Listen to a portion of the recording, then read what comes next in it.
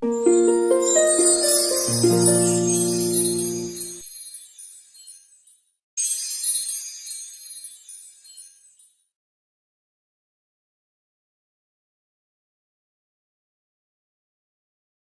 semuanya, apa kabar? Semoga senantiasa dalam keadaan sehat selalu, dimanapun teman-teman berada.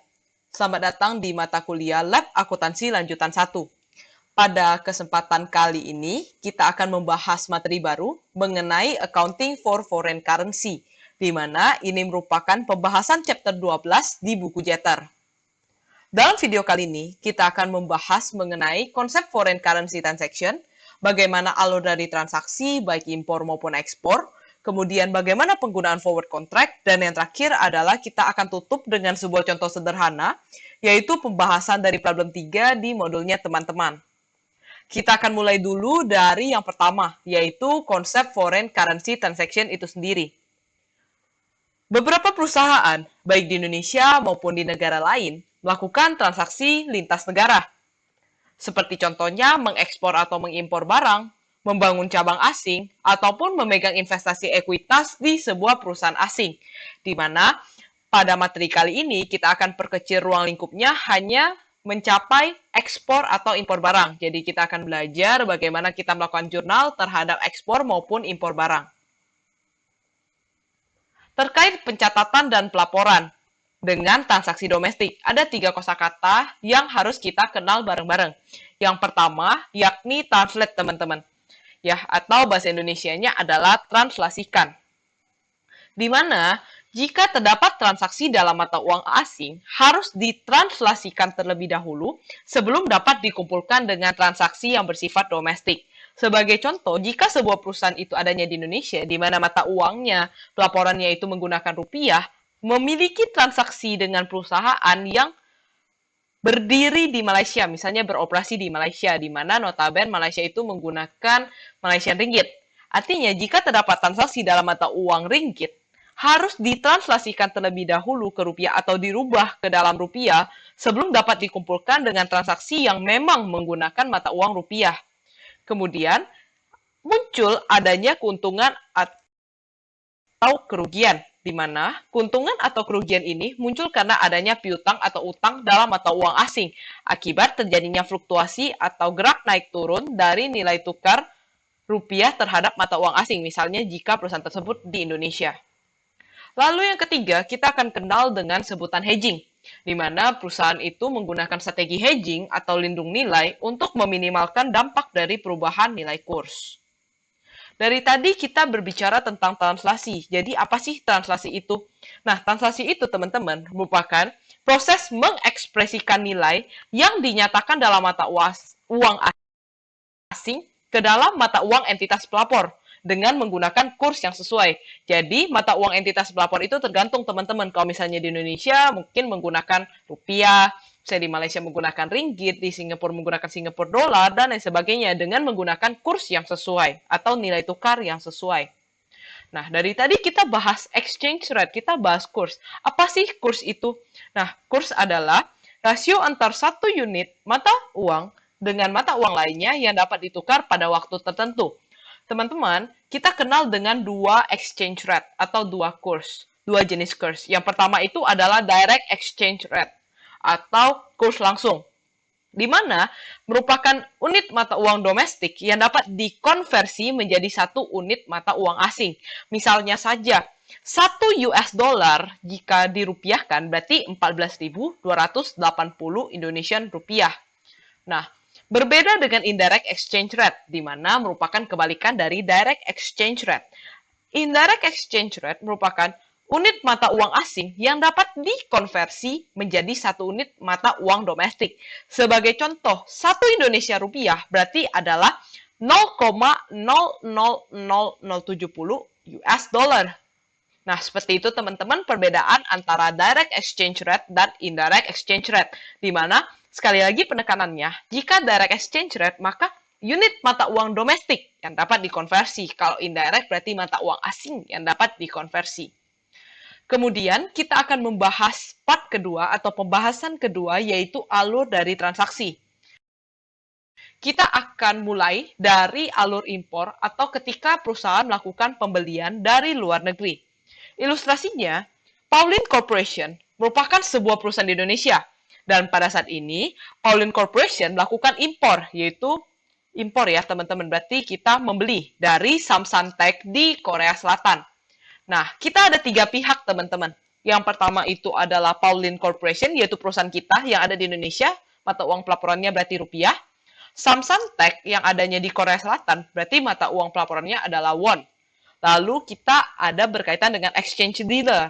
Jadi exchange dealer ini seperti tempat penukaran uang atau money changer ya teman-teman yang mungkin teman-teman sering ketemu di bandara atau lain sebagainya. Jadi tempat penukaran mata uang, exchange dealer. Nah, jika kita melakukan impor atau kita melakukan pembelian, maka pertama-tama sebagai perusahaan Pauline Corporation kita akan melakukan pemesanan barang kepada Samsung-Tech. Lalu, Samsung-Tech akan melakukan pengiriman barang kepada kita sebagai Pauline Corporation. Lalu ketika barang sampai, tentunya kita akan melakukan pembayaran. Nah, kita akan melakukan pertukaran IDR atau rupiahnya kita ke exchange dealer untuk mendapatkan mata uang won. Ya, jadi kita bawa nih uang rupiah kita, teman-teman, ke tempat penukaran atau exchange dealer. Kemudian exchange dealer akan kasih kita mata uang won. Baru mata uang won yang kita dapat dari exchange dealer itu akan kita bayar ke Samsung-Tech. Ya, jadi kita akan bayar ke Samsung-Tech itu dalam bentuk mata uang mereka yaitu won. Nah, itu merupakan ilustrasi apabila kita melakukan impor ataupun pembelian. Lalu, bagaimana dengan ekspor? Sama ya, teman-teman ya. Masih dengan nama yang sama. Jadi, Pauline Corporation merupakan sebuah perusahaan di Indonesia dan pada saat ini melakukan ekspor kepada Samsung-Tech di Korea Selatan. Jadi kita melakukan penjualan nih ke Samsung-Tech di Korea Selatan. Nah, Pauline Corporation di Indonesia, mata uang pelaporannya adalah rupiah. Samsung-Tech di Korea Selatan, mata uang pelaporannya adalah won. Nah, terdapat 3 pihak juga, teman-teman. Pauline Corporation, perusahaan kita. Kemudian ada Samsung-Tech, yaitu perusahaan di Korea Selatan. Dan ada exchange dealer atau money changer.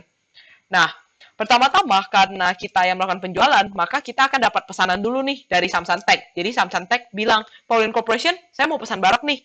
Nah, lalu Pauline Corporation akan melakukan pengiriman barang kepada si Samsung-Tech. Nah, ketika Samsung-Tech menerima barang, tentunya Samsung-Tech akan melakukan pembayaran kepada si Pauline Corporation. Nah, dia akan bayar uangnya dengan won, yaitu mata uangnya si Samsung-Tech.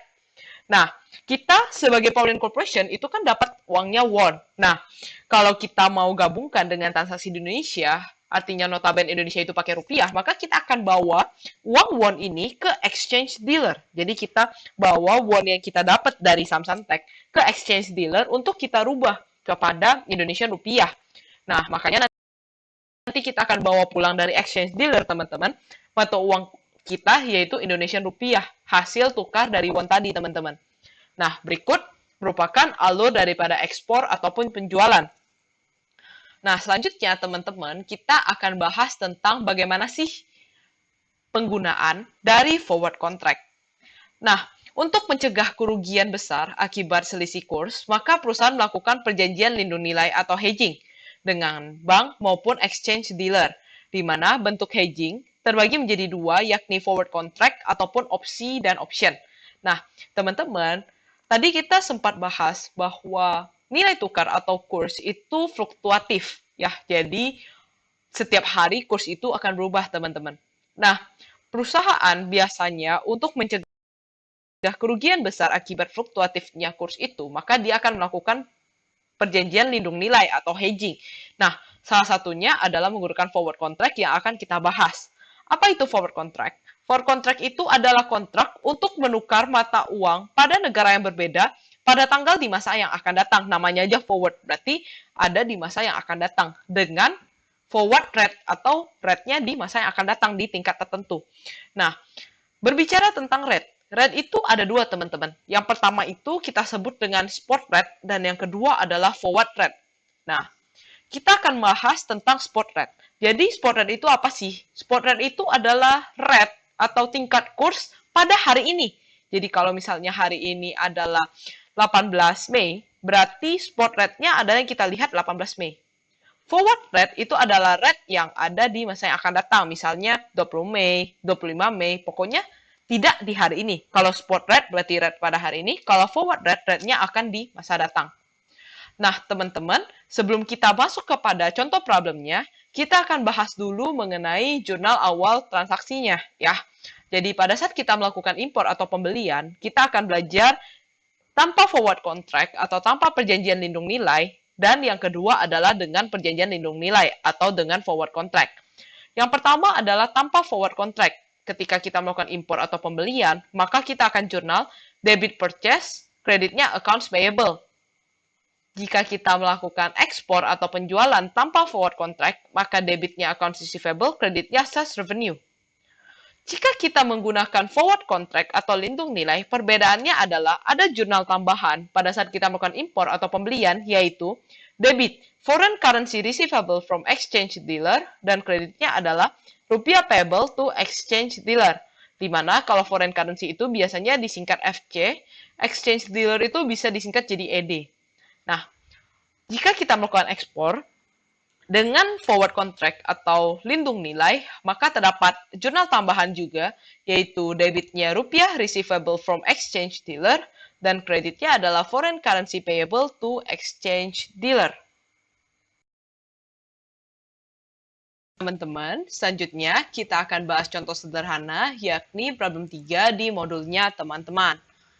PT Yul Tuyul merupakan perusahaan dagang yang berdomisili di Indonesia sejak tahun 2017. PT Yul Tuyul diketahui banyak melakukan kegiatan impor dan ekspor dengan supplier dan customer dari negara Amerika Serikat, Singapura, dan China. Pada tahun 2020 terdapat pandemi corona yang menyebabkan terjadinya fluktuasi mata uang yang berdampak signifikan bagi bisnis perusahaan. Untuk menghindari resiko kurs yang besar, PT Yul Tuyul memutuskan untuk melakukan forward contract dengan Erlina Exchange Dealer pada transaksi yang menggunakan mata uang US dollar dan Chinese yuan. Sistem pencatatan PT Yul Tuyul adalah sistem periodik. Periode pembukuan berakhir pada tanggal 31 Desember 2020. Di sini teman-teman kita bisa garis bawahi beberapa informasi seperti PT Yul Tuyul melakukan kegiatan impor ekspor dengan 3 negara, yaitu Amerika Serikat, Singapura, dan China. Amerika Serikat menggunakan US dollar, Singapura menggunakan Singapore dollar, dan China menggunakan Chinese yuan. Nah, teman-teman, keputusan daripada si perusahaan adalah melakukan forward contract hanya pada transaksi dengan mata uang US dollar dan Chinese yuan. Artinya, forward contract hanya dilakukan untuk perusahaan di Amerika Serikat dan perusahaan di China. Nah, lalu yang ketiga adalah pencatatan menggunakan periodik. Nah, teman-teman di setiap soal akan diberikan spot rate, yaitu tanggal pada hari itu. Misalnya tanggal 5, berarti ini adalah spot rate pada tanggal 5. Nah, forward rate berarti rate yang akan di masa yang akan datang, teman-teman. Nah, kita akan masuk kepada transaksi pertama. Pada tanggal 3 Desember 2020, PT Yul Tuyul membeli persediaan dari Ninael Homco yang berdomisili di Amerika Serikat dengan total 30 juta US dollar. Pembayaran akan dilaksanakan 2 minggu kemudian menurut perjanjian forward rate yaitu 14.050. Teman-teman, di sini, karena kita melakukan transaksi dengan Ninael Homco yang berdomisili di Amerika Serikat, artinya kita melakukan forward contract, teman-teman, dengan transaksi ini. Transaksi ini adalah transaksi pembelian. Maka kita akan debit purchase, kreditnya adalah accounts payable. Dengan cara nilai kontraknya 30 juta, teman-teman kalikan dengan spot rate pada hari itu, yaitu 14.184. Dapat yaitu 425.520 juta.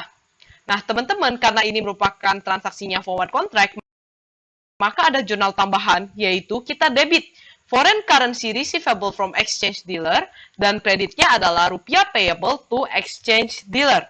Nah, yaitu sebesar, teman-teman kalikan, yakni forward rate yaitu 14.050, lalu teman-teman kalikan dengan nilai kontraknya 30 juta. Nah, jurnal ini merupakan jurnal perjanjian kita dengan si exchange dealer, teman-teman. Bahwa kita nanti akan bayar senilai 421.500.000 sebagai ganti mata uang US dollar. Nah, kemudian transaksinya belum selesai, teman-teman, karena terdapat pembayaran 2 minggu kemudian. Nah, kita akan lakukan jurnal lagi pada tanggal 17 Desember, teman-teman. Karena kan 2 minggu ya, tambah 14. Berarti 17. Nah, sebelum kita melakukan jurnal pembayaran, kita harus melakukan adjustment terlebih dahulu. Apa yang kita adjust? Yang kita adjust yang pertama adalah accounts payable. Nah, pada saat awal, teman-teman, spot rate-nya 14.184. Pada tanggal 17, spot rate-nya turun menjadi 13.945. Posisinya kita lagi bahas accounts payable. Kalau utang kita kursnya turun, berarti kita untung, teman-teman. Makanya debitnya accounts payable, kreditnya transaction gain. Dapat angkanya dengan cara selisihkan kurs tanggal 3, yaitu 14.184 dengan 13.945, dikalikan dengan nilai kontraknya, yaitu 30 juta. Dapat 7.170 juta. Lalu, teman-teman, lakukan adjustment pada foreign currency receivable. Nah, ini kebalikannya. Karena kita lagi membahas receivable, ya foreign currency receivable, kata kuncinya receivable, teman-teman. Jika kurs mengalami penurunan, artinya receivable kita turun, berarti kita akan mendapatkan loss. Makanya, kita debitin transaction loss, kita kreditin foreign currency receivable from exchange dealer. Cara cari angkanya, selisihkan forward rate, yaitu 14.050 forward rate ya, teman-teman, dikurangin dengan spot rate pada tanggal 17 Desember 2020 dikalikan dengan nilai kontrak dapat 3.150 juta. Nah, lalu kita akan lakukan jurnal pembayaran dengan cara debit rupiah payable to exchange dealer, debit investment in foreign currency, credit foreign currency receivable from exchange dealer, credit cash. Ya, rupiah payable dan cash itu senilai 421.500.000. Investment in foreign currency dan foreign currency receivable from exchange dealer senilai 418.350 juta. Lalu kita akan debitin accounts payable dan kreditin investment in foreign currency sebesar 418.350 juta. Nah, teman-teman, maksud dari jurnal ini apa? Nah, kita akan breakdown satu persatu, teman-teman. Yang pertama adalah jurnal 4 di awal, rupiah payable, investment, foreign currency receivable, dan juga cash.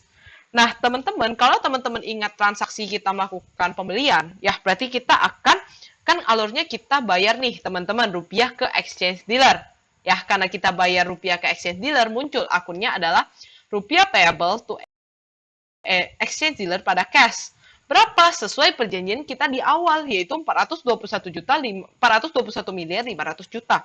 Kemudian teman-teman kita dapat kan mata uang asing dari si exchange dealer, maka muncul jurnal debit investment in foreign currency, kreditnya adalah foreign currency receivable.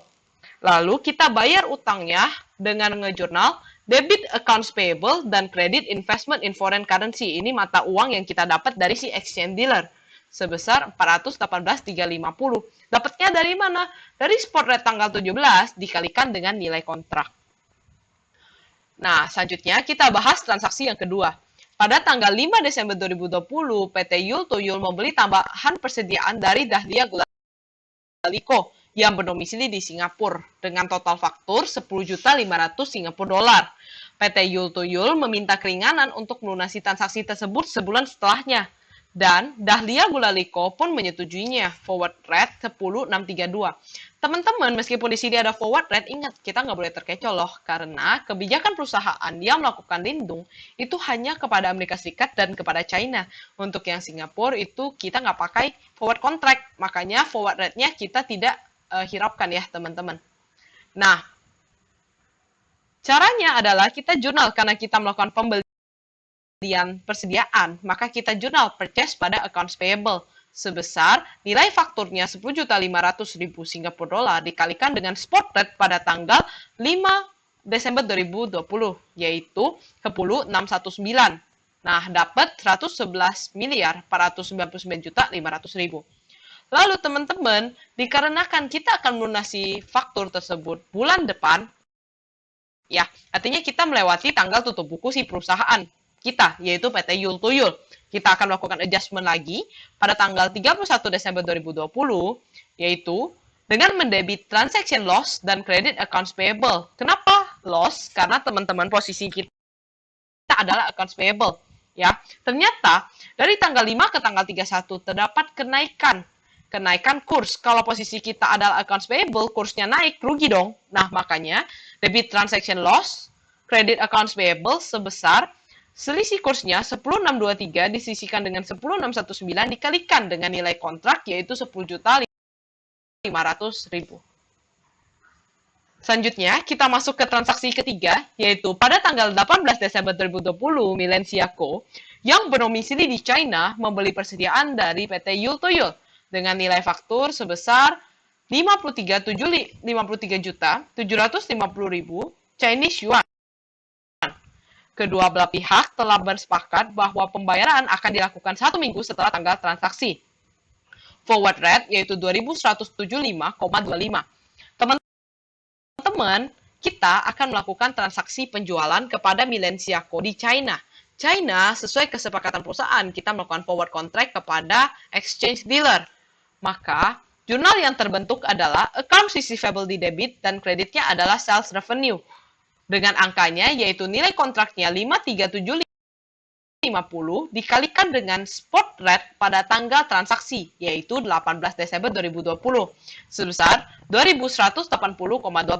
Dapat 117.181.450.000. Teman-teman ingat, ini transaksinya forward contract, ya, maka muncul jurnal yang kedua, jurnal tambahan yaitu debitnya rupiah receivable from exchange dealer dan foreign currency payable to exchange dealer untuk kreditnya. Angkanya didapat dengan mengalihkan forward rate yaitu 2.175,25 dikalikan dengan nilai kontrak yaitu 53.750 juta. Nah, selanjutnya teman-teman, dia akan melakukan pembayaran 1 minggu kemudian, berarti tanggal 25. Sebelum kita melakukan jurnal pembayaran, ingat kita adjust dulu. Yang pertama adalah accounts receivable. Teman-teman perhatikan pada tanggal 18 dan pada tanggal 25. Dan ternyata spot rate Chinese yuan mengalami penurunan. Jika mengalami penurunan, posisi kita adalah accounts receivable, maka muncul transaction loss. Maka debitnya transaction loss, kreditnya accounts receivable dengan cara selisihkan 2.180,12 dikurangin dengan 2.175,04 dikalikan dengan nilai kontraknya yaitu 53.750.000 Chinese yuan. Nah, dapat teman-teman loss kita sebesar 273.050.000. Ingat ya, teman-teman, kita juga harus melakukan adjustment terhadap payable. Nah, foreign currency payable. Nah, berbicara tentang payable, maka akan berlaku kebalikan. Kursnya turun, berarti kita untung. Makanya muncul transaction gain. Ya, dengan cara forward rate-nya, teman-teman selisihkan dengan spot rate pada tanggal 25 Desember 2020, dikalikan dengan nilai kontraknya, yaitu 53.750. Kita untung sebesar 11.287.500. Lalu, teman-teman, kita akan melakukan jurnal penerimaan pada tanggal 25 Desember 2020 dengan cara debit cash ya sebesar 116.919.678.500, debit foreign currency payable to exchange dealer sebesar 116.908.400.000, kredit rupiah receivable from exchange dealer sebesar sama dengan cash teman-teman, dan kreditnya adalah investment in foreign currency sama dengan foreign currency payable to exchange dealer.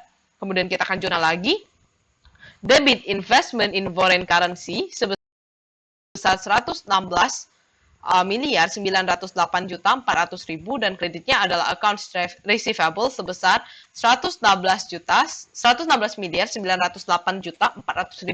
Nah, teman-teman, maksud dari jurnal ini apa? Sebenarnya jurnalnya merupakan kalau teman-teman paham logikanya pembayaran, maka ini merupakan kebalikan dari pembayaran. Nah, kalau kita ingat-ingat, kalau kita melakukan penerimaan atau penerimaan lah gitu teman-teman, maka alurnya adalah kita akan terima mata uang, kalau di sini berarti yuan, kita akan terima mata uang yuan, kemudian kita bayar ke exchange dealer, baru kita tukar duit rupiah teman-teman. Nah, sama ya teman-teman, kalau misalnya investment in foreign currency, berarti ini merujuk kepada mata uang dari yang kita tukar. Kalau di sini adalah Chinese yuan, ya. Nah, kalau misalnya cash berarti kita terima cash. Nah, saldo cash dan juga saldo rupiah receivable itu akan sama dengan perjanjian kita di awal, ya.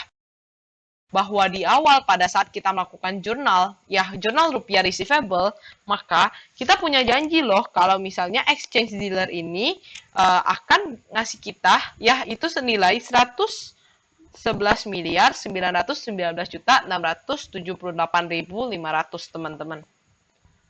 Demikian tadi penjelasan mengenai chapter 12 ini, yaitu kita membahas mengenai accounting for foreign currency transaction. Terima kasih untuk teman-teman yang sudah menyaksikan video ini sampai selesai. Mohon maaf atas segala kekurangan dan kesalahan yang ada. Jika teman-teman memiliki pertanyaan lanjutan, silakan ditanyakan kepada asisten dosen masing-masing. Terima kasih ya teman-teman, stay safe dan sampai ketemu lagi di lain kesempatan. Bye-bye!